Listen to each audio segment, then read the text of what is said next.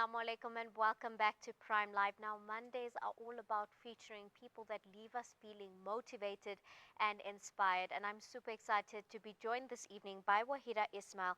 And as a debut author, the quality and the topic that is shared within this book I'm super excited about, and it's going to be a really interesting read. So do stay tuned for our conversation. She is an author, and this is her debut novel called Hayati, which follows the chronicles of a young woman's journey through cultural diversity as well as self-discovery. And this fictionalized memoir discovers and delivers the rich narrative that touches on the five pillars of Islam, uncovering the intricate interplay between relationships, culture, and personal growth. Now, this book is incredible and it follows Hannah's trials, tribulations, triumphs, offering readers a thought provoking perspective on identity as well as belonging. Now, join us on our insightful conversation this evening with the incredible author behind the amazing book. Assalamu alaikum, and thank you so much for joining us on Prime Live. Wa alaikum salam wa rahmatullah wa barakatuh. Thanks for inviting me. I mean, just reading through the brief description of the book before our conversation, I'm super excited by these kind of conversations and these kind of narratives that are shared within a novel. So thank you for the privilege of your time this evening. But I think what's always fascinating to me is when I speak to authors, it's always wonderful to kind of understand the journey of getting to the publication of the novel. Can you talk to us a little bit more about undertaking that journey and what the inspiration was behind the novel? Okay, my mom was in South Africa and I was in Jeddah. And whenever I used to visit her or talk to her on the phone, I had loads of stories to share with her. And mom would say to me, why don't you write a story about this? Because you are there and people would like to listen to what you have to say firsthand.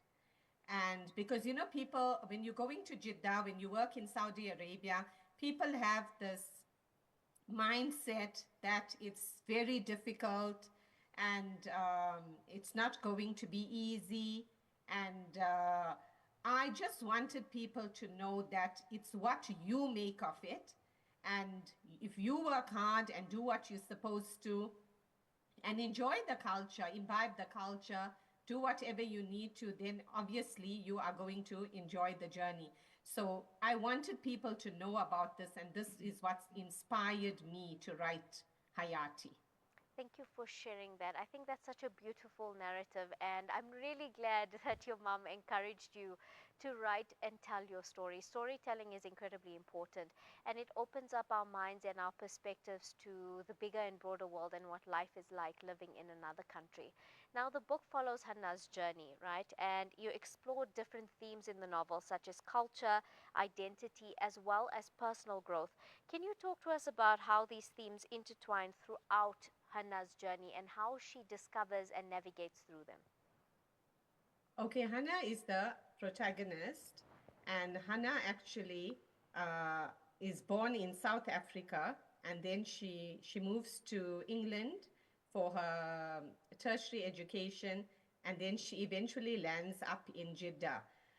Jeddah is a cosmopolitan city, but throughout her life, the vibes in Cape Town are different, the vibes in KZN are different, Johannesburg. Although we're living in South Africa, you find that there are certain elements that are predominant in each province. So I wanted the culture of different provinces to come into this, because I wanted people who are out of South Africa to also read about South Africa and appreciate the beauty in South Africa. And Jeddah is a cosmopolitan city. So it was amazing to actually find people from all over the world and learn different cultures. And I always, my favorite Quranic ayah, Allah has made us into nations and tribes so that we may love one another and not despise one another. So I learned so much from different people, and then you know what their strengths are, their weaknesses, how different people talk, their different dialect. Because I was an English language instructor, I was very much interested in different languages and what English has borrowed from other languages, what Arabic has borrowed from other languages. So it was something very interesting for me to bring culture into the book. The other themes that I brought was the 5 pillars, Ramadan, um, the fasting, how it is done in different countries, then also the zakah in Ramadan, charity. And as Muslims, we know we don't only give zakah, we also give sadaqah and lillah. So I wanted people to know about this. This book was not only meant for Muslims, it was also meant for people who are searching for some kind of identity. And I wanted them to see the beauty of Islam. And I wanted Muslims to also see if we just live by the 5 pillars, it's so easy to be a good Muslim. And then the pillar of Hajj. So the pillar of Hajj is very special to me because when I first went to Saudi Arabia, my wish was I would love to live here one day and make it easy for people who come for Hajj and Umrah. And over the years, so many family, friends, neighbors, anyone from South Africa that came, my dad would tell me, so and so is coming. I need you to help them. I need you to do this or that or whatever. And so that was something that I really enjoyed while I was living there.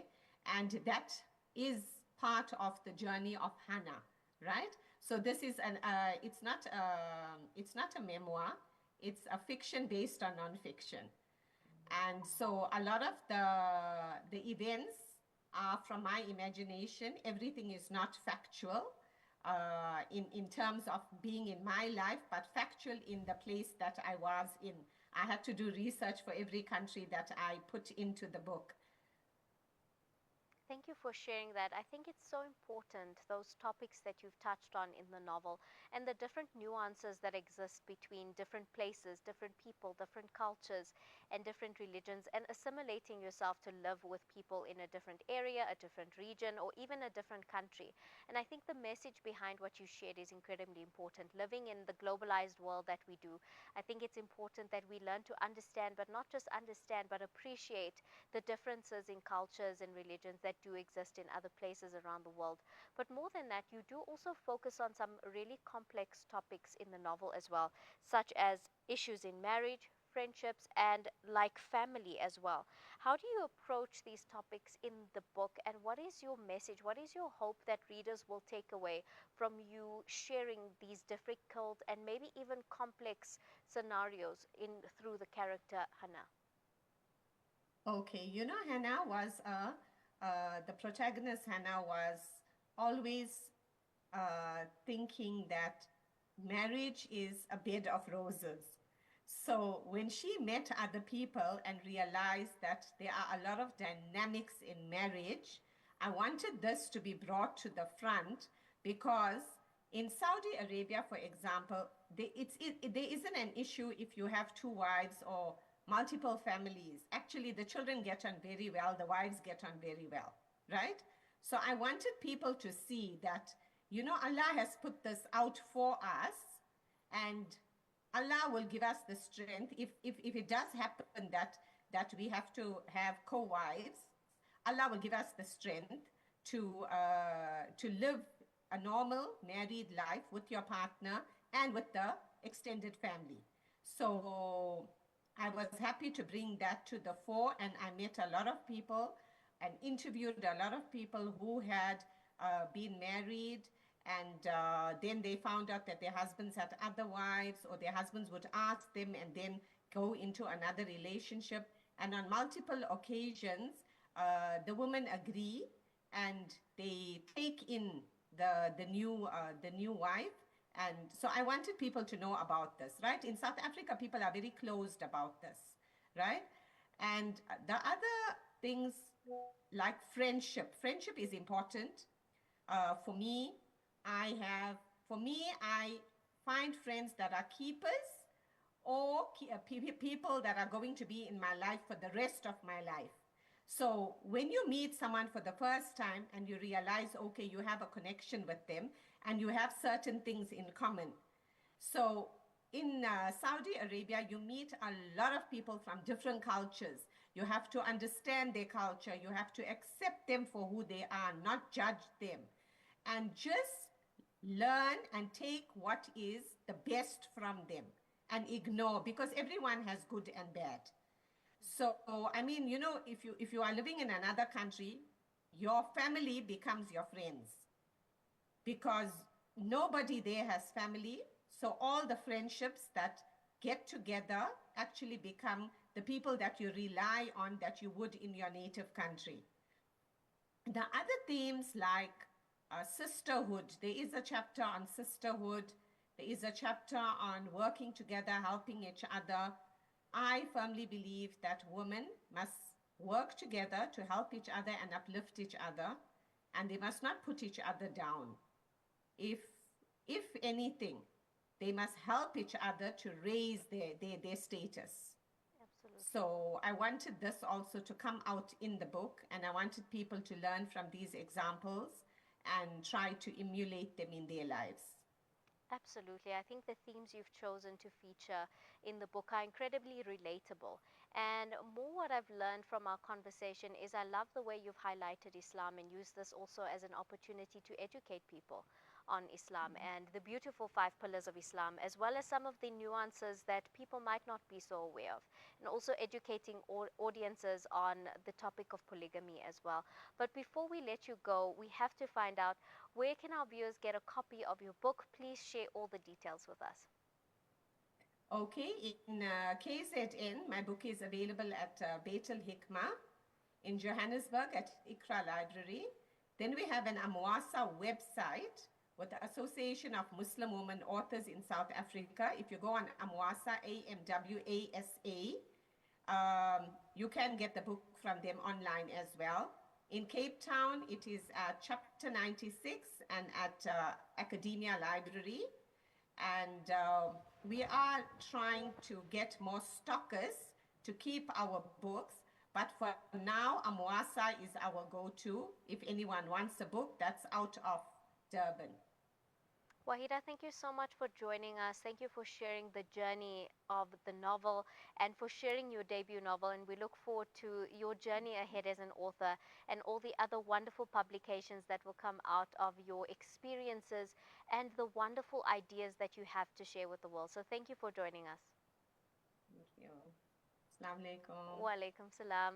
Viewers at home, that was Waheeda, the author of Hayati. I hope you found this conversation as inspiring as I have.